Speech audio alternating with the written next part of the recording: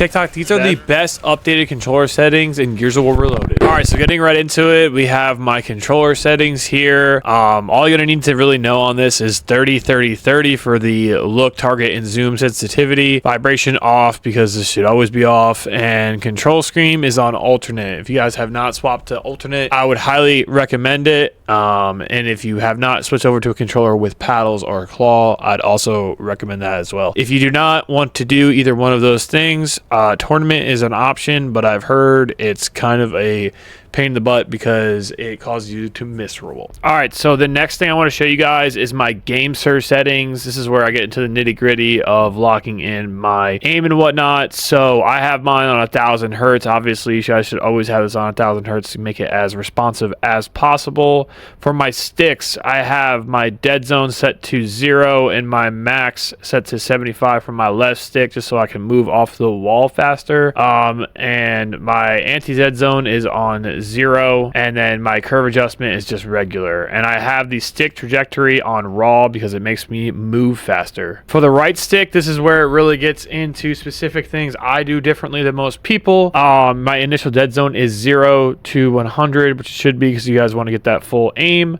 and then my anti-dead zone is at 25. The reason for that is this game has dead zones in it, and putting the anti-dead zone up to 25 makes it so my stick immediately I am moving it and there's no dead zone in the game. So putting this to 25 to 100, save curve adjustment just regular, and then raw for stick trajectory like the left stick. For my back paddles, I have my left paddle as my X and my right paddle as my A, so I can wall bounce with my right paddle and I can roll and roadie run with my left. That is all my settings for my controller. If you guys have any more questions, let me know down in the comments. I'm willing to make another video on anything you guys want to know.